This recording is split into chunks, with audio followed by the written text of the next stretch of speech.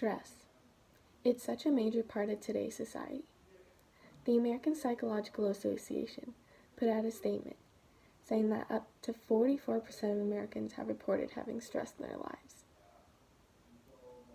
Most people think that stress only affects adults, when not only does it affect adults, but also children and teens. Most people also think that stress only affects your mind, but not only does it affect your mind, stress affects your body, behavior, and emotions. The dictionary defines stress as a state of emotional, mental, and physical tensions resulting from demanding or adverse circumstances. What that means is when your body's put into a different situation than you're used to, then your stress will kick in and you will have mental, emotional, and physical differences come out of that result. Another thing about stress is that stress targets the weakest part of our psychology or character. What that means is that if you're prone to headaches, migraines, eczema, or any other type of physical thing, then those are most likely to flare up when you're under stress. That was found by the Stress Management Society.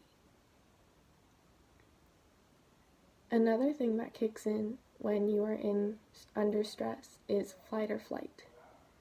Fight or flight is when you're dealing with something like stress, then you can either decide to stay and fight that stress and get over it, or you can decide to fly or leave and have the stress take over in your life.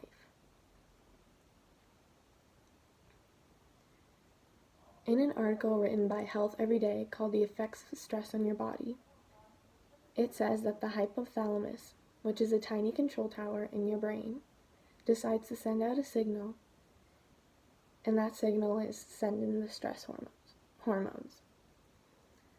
What those hormones trigger is either fight or flight, which causes you to either fight or flight. Then that causes your heart to race, your breath to quicken, and your muscles to get ready for action. In other ways that your body reacts more specifically, your mind is affected by it worries, there's negativity, foggy thinking, impaired judgment, indecisiveness, and hasty decisions. That's how your mind is affected by stress.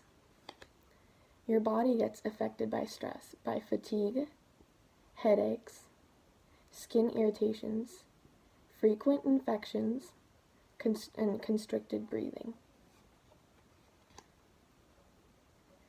Your emotions. Your emotions are affected by stress, by loss of confidence, insomnia, depression, indifference, apprehensiveness, and irritability. Your behavior is affected by stress in substance abuse, loss of appetite, you're more accident prone, restlessness, loneliness, and insomnia. That was found by Dr. Stacy Brown as she created a picture on the Riverstone Integrative Medicine website. It is this picture.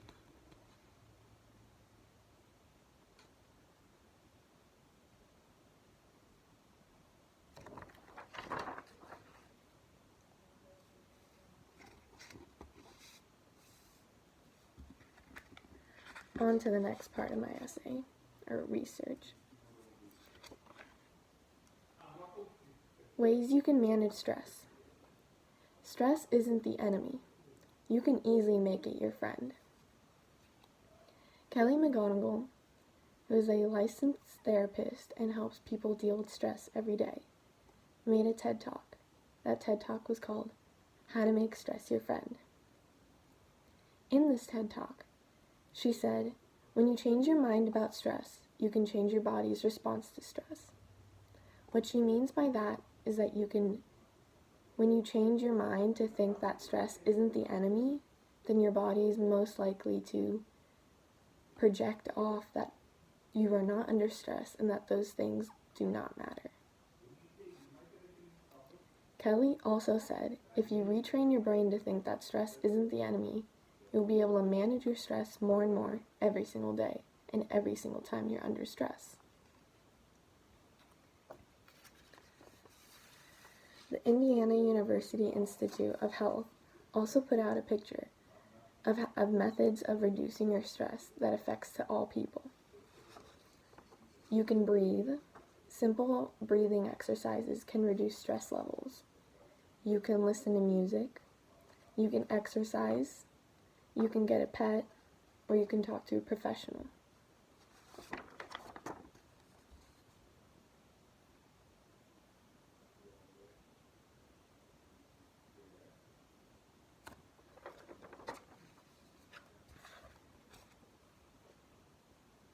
A lot of people asked me why. Why did you decide to do a research paper on stress? The reason I chose to do this article is because I deal with and I see other people around me deal with stress almost every single day, whether that's in school because of grades or big assignments, or at work with a big project, or in other places like sports or friendships or relationships.